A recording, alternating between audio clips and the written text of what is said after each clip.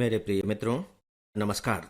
Friends, आज मैं आप सबसे अभी जो 3 आपराधिक संहिताएं हमारी संसद ने पारित किए हैं और साथ ही साथ हमारे राष्ट्रपति जी के हस्ताक्षर कर देने के बाद जो तीनों अधिनियम बन चुके हैं, उनके बारे में बातें करने जा रहा हूं। लेकिन तीनों को मिलाकर कुछ अलग ही अंदाज में मैं आपसे बातें करूंगा। इसके बाद फिर हम एक एक संहिता को लेकर के अलग अलग बातें करेंगे। पहले तो हम ये जानने की कोशिश करेंगे, और ये कोशिश बहुत जरूरी है, कि ये जो 3 संहिताएं हैं, आप कह लीजिए कि कानून है, इनके बारे में कैसे हम अपना एक विजन तैयार करें, एक दृष्टिकोण विकसित करें। ऐसा मैं इसलिए कह रहा हूं क्योंकि प्री एग्जामिनेशन में जब क्वेश्चन पूछे जाएंगे तो डेफिनेटली, जैसा कि मुझे लगता है, उसमें इस बात पर ज्यादा जोर दिए जाने की संभावनाएं हैं कि आपने इन संहिताओं की आत्मा को या मूल चरित्र को कितना समझा है। स्ट्रेट फॉरवर्ड तरीके से, यानी कि बिल्कुल फैक्चुअल लेवल पर तो प्रश्न आने जानते हैं कि आप बहुत कम हो गए हैं। तो मैं यहां यही बातें आपको बताने जा रहा हूं कि जो आपके अंदर इस तरह के प्रश्नों के सही उत्तर तक पहुंचने की क्षमता पैदा कर सके, और साथ ही साथ यदि मुख्य परीक्षा में इससे संबंधित कोई प्रश्न आए तो उस प्रश्न के उत्तर को आप प्रश्न के अनुकूल ढालने के योग्य बन सकें। इसलिए जो मैं बातें करने जा रहा हूं, उन्हें आपको बहुत ध्यान से सुनना होगा, बावजूद इसके कि मैं आज बहुत ज्यादा फैक्ट्स पर नहीं जाऊंगा। उसके बारे में हम लोग आगे बातें करेंगे। तो दोस्तों, आइए सबसे पहले हम ये देखते हैं कि ये जो 3 संहिताएं हैं, ये क्या हैं। राइट, बहुत ही संक्षिप्त में मैं ये बात आपको बताने जा रहा हूं, और इसके बारे में आप जानते ही हैं। इन तीनों संहिताओं का संबंध अपराध से है। इसीलिए मैंने कहा कि 3 आपराधिक संहिताएं जो 2023 में पारित की गई हैं, अपराध से हैं। दोस्तों, 1860 में आया था इंडियन पेनल कोड। इसे अब नाम दे दिया गया है भारतीय न्याय संहिता। इसके 12 साल बाद 1872 में आया इंडियन एविडेंस कोड, एविडेंस साक्ष्य। इसे अब नाम दे दिया गया भारतीय साक्ष्य संहिता। और इसके बाद 1898 में बना था दंड प्रक्रिया संहिता, जिसे हम CRPC के नाम से जानते हैं। और इसमें जो CR है ना, C बड़ा है और R छोटा सा है। क्रिमिनल के लिए CR शब्द का उपयोग किया गया है। तो ये जो संहिता है, इसे अब नाम दे दिया गया है भारतीय नागरिक सुरक्षा संहिता। इन नामों के क्या अर्थ हैं, इसके बारे में मैं तब बात करूंगा जब इन अलग अलग संहिताओं के चरित्र पर आपसे बात कर रहा हूंगा। तो ये है 3 आपराधिक संहिताएं। राइट, अब आप देखिए कि इन्हें कहीं भी संविधान संशोधन का नाम नहीं दिया गया है। क्यों? सीधी सी बात है कि ये एक्ट बने थे, ये हमारे संविधान के हिस्से है ही नहीं। जब संविधान के हिस्से नहीं है तो हम संविधान संशोधन कैसे कह सकते हैं? तो सीधी सी बात है कि ये नए एक्ट ही हैं। आपके दिमाग में बिल्कुल क्लियर रहने चाहिए, ये बिल्कुल नए एक्ट हैं। और कोड की जगह अच्छे शब्द का प्रयोग किया गया है, संहिता शब्द का। यहां मैं आपको एक बात विशेष रूप से बताना चाहूंगा फ्रेंड्स, कि हमारे राष्ट्रपति जी ने इस पर हस्ताक्षर कर दिए हैं। तो हस्ताक्षर करते ही पार्लियामेंट के द्वारा पारित जो विधेयक होते हैं, वे अधिनियम में तब्दील हो जाते हैं। यानी कि अब ये तीनों कानून बन चुके हैं।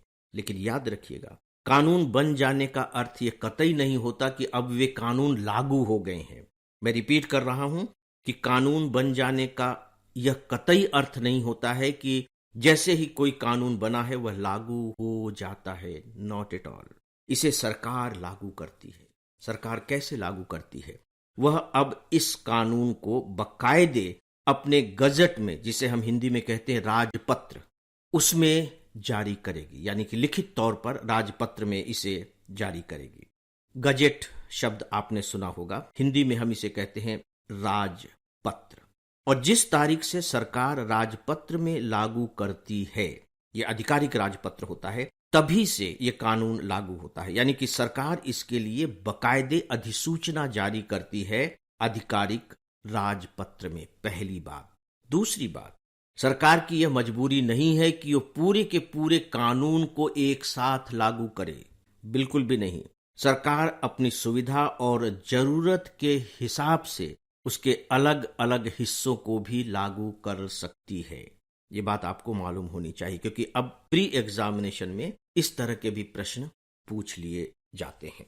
दोस्तों, अब सवाल ये उठता है कि इतनी सारी धाराएं हैं, आप उनमें से किसे छांटेंगे, किसे याद रखेंगे, किसे पढ़ेंगे, किस पर फोकस करेंगे। देखिए, जो स्मार्ट स्टडी है वो क्या है? यही है कि आप अपनी जरूरत की चीजों को छांट सकें, और जो जरूरत की चीजें आपने छांटी हैं उनमें से भी जो ज्यादा जरूरत की चीजें हैं आप उन पर फोकस कर सकें। और मेरे लेक्चर लगभग लगभग इसी पैटर्न को लेकर के चलते हैं। तो अब आप इसका निर्धारण कैसे करेंगे? इसका निर्धारण करने का तरीका होता है आपका अपना उद्देश्य, कि आप जिसे पढ़ रहे हैं किस पर्पस से पढ़ रहे हैं। तो सीधी सी बात है कि आप ये जो 3 संहिताओं का अध्ययन करेंगे, पढ़ेंगे, एज ए स्टूडेंट आप पढ़ रहे हैं, लेकिन किस तरह के आप स्टूडेंट हैं? आप स्टूडेंट सामान्य स्टूडेंट नहीं है। आपके स्टूडेंट के सामने एक एडजेक्टिव लगा हुआ है, विशेषण लगा हुआ है, और वो क्या है कि आप आईएएस एस्पिरेंट हैं। आईएएस एस्पिरेंट हैं, यानी कि आप आईएएस की तैयारी कर रहे एक नौजवान हैं, राइट? आईएएस मतलब कठिनतम परीक्षा। इसका मतलब है कि दूसरी परीक्षाओं के लिए जिस तरीके से इसे पढ़ा जाएगा सामान्य तरीके से, आपको उससे तो थोड़ा बेहतर तरीके से पढ़ना होगा। जैसे कि मैंने शुरू में अभी आपको कुछ बातें बताई हैं, तो वो दूसरी परीक्षाओं से थोड़ा से हट कर है। इसे ही हम कहते हैं बेहतर तरीके से पढ़ना। तो आप आईएएस के लिए पढ़ रहे हैं। अब आईएएस के किस विषय के तहत पढ़ रहे हैं? तो सीधी सी बात है कि जनरल स्टडीज के तहत पढ़ रहे हैं। इसका मतलब यह हुआ कि आपको बहुत गहराई में जाकर के नहीं पढ़ना है, एक सामान्य अध्ययन के रूप में पढ़ना है। सामान्य अध्ययन के रूप में आपकी 2 पहचानें हैं, याद रखिए, आपकी 2 पहचान हैं। पहली पहचान क्या है? आप सिविल सर्वेंट बनने जा रहे हैं, यानी कि एक सिविल सर्वेंट बनने जाने वाले स्टूडेंट के दिमाग में इससे संबंधित कौन कौन सी जानकारियां होनी चाहिए, वो आपके लिए महत्वपूर्ण हो जाएंगी। और जो दूसरी बात है, दुर्भाग्य से अगर आप सिविल सर्वेंट नहीं बनते हैं तो आप सिटीजन तो हैं, और एक पढ़े लिखे सिटीजन हैं, एक शिक्षित नागरिक हैं।